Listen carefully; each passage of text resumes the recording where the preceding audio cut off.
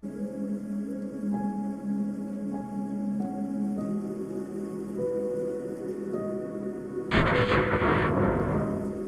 and good day to all witches, wizards, and muggles alike. Today, we're going to be taking a look at the illustrated MinaLima Harry Potter and the Philosopher's Stone book. If you haven't seen this book already, this is awesome. Done by MinaLima. And let me just read a little bit about what we're going to experience here. There's a little insert that comes with it, which reads, "Harry, you're a wizard." MinaLima presents the first Harry Potter adventure, fully illustrated in color and featuring 8 amazing interactive elements to pore over and enjoy. This spectacular new edition of Harry Potter and the Philosopher's Stone invites you to experience the story as never before.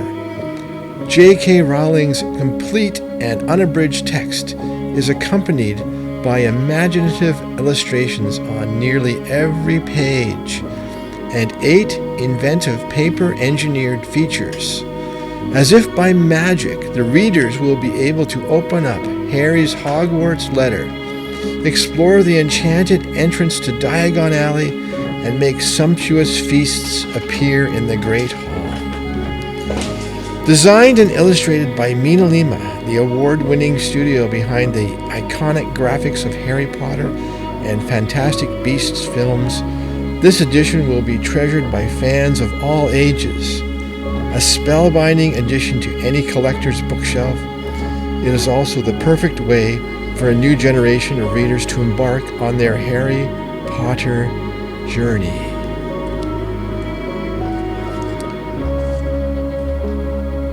Wow, this is amazing. MinaLima. And we're going to put up some of these graphics up here for you to look at as we go through the book. We won't show everything, but we need to leave a few things as a surprise for you. But some of the things are fantastic. Look at just the inside of the book cover, with all the wizards and witches flying around on their broomsticks. What attention to detail. What beautiful artwork. All right, Harry Potter and the Philosopher's Stone. Illustrated by MinaLima. Chapter 1, The Boy Who Lived. Mr. and Mrs. Dursley of number 4 Privet Drive were proud to say that they were perfectly normal. Thank you very much. They were the last people you'd expect to be involved in anything strange or mysterious, because they just didn't hold with such nonsense. We're going to skip ahead, of course. We're not going to read the whole book. You know the story.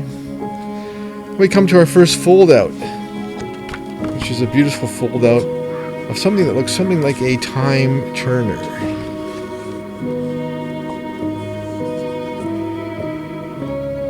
And we've got this that says, "Hagrid," said Dumbledore, sounding relieved. "At last. And where did you get that motorbike?" "Borrowed it, Professor Dumbledore, sir," said the giant, climbing carefully off the motorbike as he spoke. "Young Sirius Black lent it to me. I've got him, sir." "No problems, were there?" "No, sir. The house was almost destroyed, but I got him out all right, before the muggles started swarming around. He fell asleep as we were flying over Bristol." Dumbledore and Professor McGonagall bent forward over the bundle of blankets. Inside, just visible, was a baby boy, fast asleep. Under a tuft of jet black hair over his forehead, they could see a curiously shaped cut, like a bolt of lightning. Okay, we're moving ahead.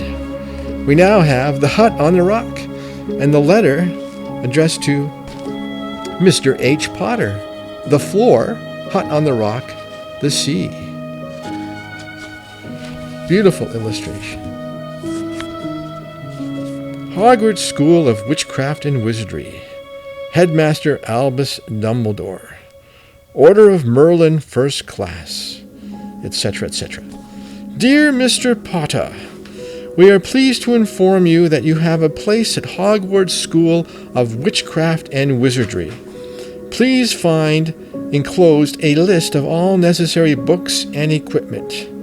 Term begins on 1 September. We await your owl by no later than 31st July. Yours sincerely, Minerva McGonagall, Deputy Headmaster. How about that?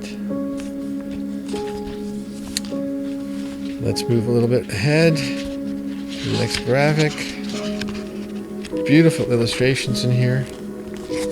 And we're at Chapter 5, Diagon Alley.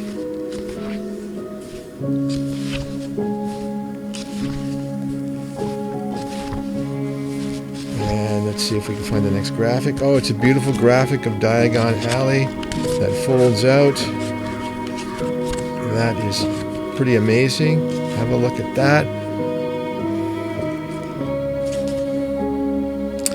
We'll have a little bit of a read of Chapter 5, Diagon Alley.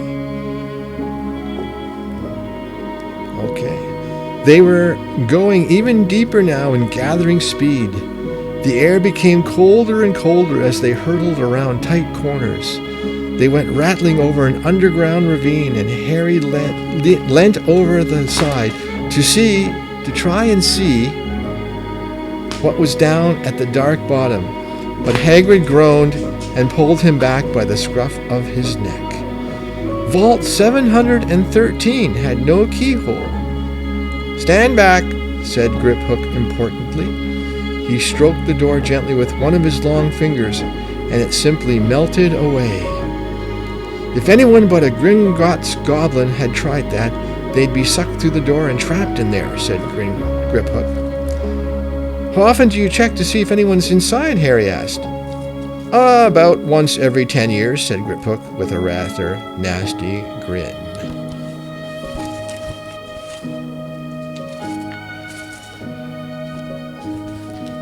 Okay, let's move ahead.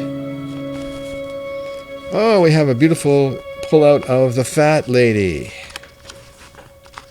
with her eyes that go back and forth.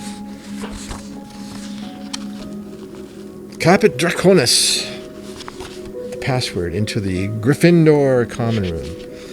And we have a beautiful picture from Chapter 8, the Potions Master. The boys look a little bit scared there. This is Professor Quirrell, of course. No, pardon me. He's in the dark arts. This is Professor Snape. Professor Snape's very famous line to Harry about his bitterness for the regret of Lily's death. We have the graphic of Hogwarts and the Midnight Duel, Chapter 9. Beautiful graphics of illustrations of Hogwarts. What's the next pullout here? I think we're getting into Quidditch zone. Some Quidditch. We have Chapter 12 of the Great Hall. Fantastic, fantastic graphic. Little line from Chapter 12.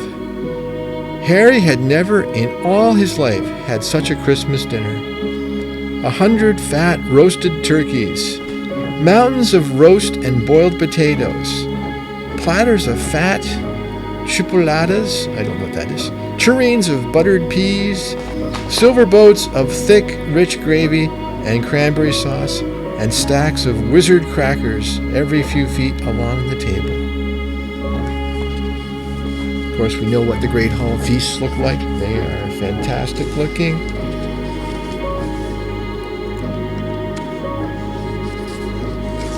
And of course, we enter the Hogwarts library as they're searching for information. They're picking up a book. A piercing, blood-curdling shriek split the silence. The book was screaming. Harry snapped it shut, but the shriek went on and on. One high, unbroken, ear-splitting note. He stumbled backwards and knocked over his lamp, which went out at once. Panicking, he heard footsteps coming down the corridor outside. Stuffing the shrieking book back on the shelf, he ran for it. He passed Filch almost in the doorway. Filch's pale, wild eyes looked straight through him, and Harry slipped under Filch's outstretched arm and streaked off up the corridor, the book's shrieks still ringing in his ear. Of course, he ends up finding the mirror of Erised, doesn't he?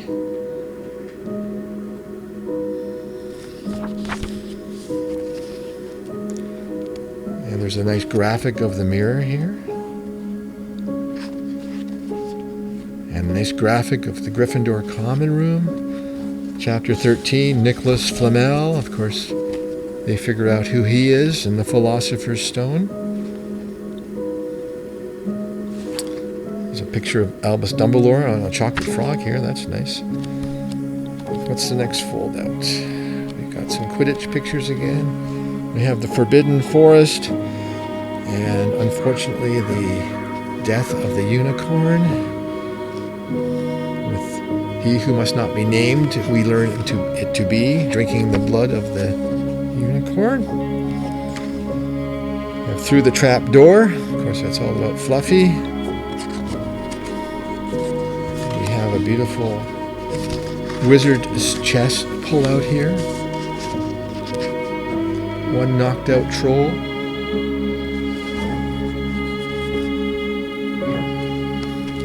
Lots of comments like brilliant and bloody hell. We know who says bloody hell a lot. And then we have a beautiful print from Professor Quirrell with a lot of snakes around it. We're in chapter 17. The back of Quirrell's head, which we know is Voldemort. He lies, he lies! Potter, come back here, Quirrell shouted. Tell me the truth. What did you just see? The high voice spoke again. Let me speak to him, face to face. Master, you are not strong enough. I have strength enough for this. Harry felt as if Devil's Snare was rooting him to the spot. He couldn't move a muscle. Petrified, he watched Quirrell reach up and began to unwrap his turban. What was going on? The turban fell away. Quirrell's head looked strangely small without it. Then he turned slowly on the spot. Harry would have screamed, but he couldn't make a sound. Where there should have been a back to Quirrell's head, there was a face, and the most terrible face Harry had ever seen. It was chalk white and glaring with glaring red eyes and slits for nostrils, like a snake. Harry Potter, it whispered. Harry tried to take a step backwards, but his legs wouldn't move. See what I have become, the face said. Mere shadow and vapor. I have form only when I can share another's body. But there have always been those willing to let me into their hearts and minds. Unicorn blood has strengthened me these past weeks. You saw faithful Quirrell drinking it for me in the forest. And once I have the elixir of life, I will be able to create a body of my own. Now, why don't you give me that stone in your pocket? Fantastic.